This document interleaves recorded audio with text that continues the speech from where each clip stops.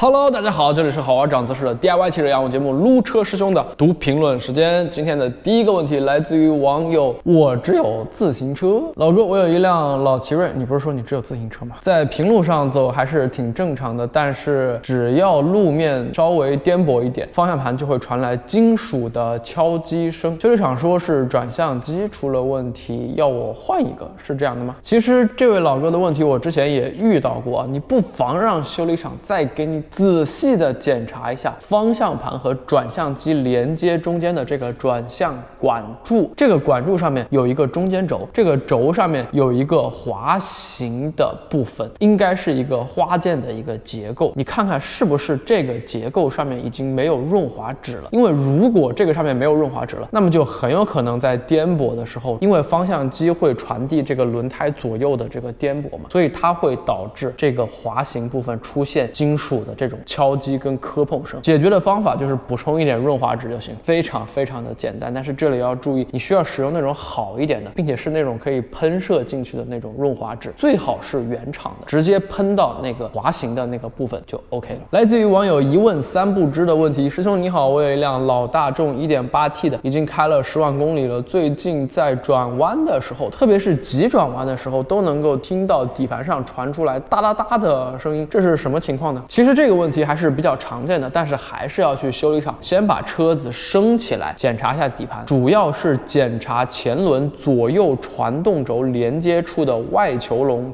套，看看这个球笼套是不是可能破掉了，因为这个套子一旦破了，里面的那个润滑脂一般是黑色的，就很容易全部的都被甩出来，然后里面的这个球笼就会在转向的时候发出这种哒哒哒的那种金属的摩擦声。其实很多10万公里的车都会出现这种情况，所以是比较常见的。那么这位老哥还是赶紧去检查一下。来自于网友仗剑走天涯的问题，你好，我想问一下，我有一辆奥迪的 V6， 之前转向漏油，修理厂给我换了一套转向助力的高压油管，虽然现在不漏了，但是感觉方向变重了，并且一打方向盘就会有很大的声音，这是怎么一回事？哎，这位老哥的问题，我建议你啊，去 4S 店看能不能给你鉴定一下修理厂给你换上去的这个高压油管是不是原厂货。因为据我所知， V6 发动机的奥迪车型在转向系统的高压油管的里面是会设计一个单向阀的，这个单向阀就是用来保证转向油的油压，但是如果他给你换的是副厂的零件，那么这个单向阀的质量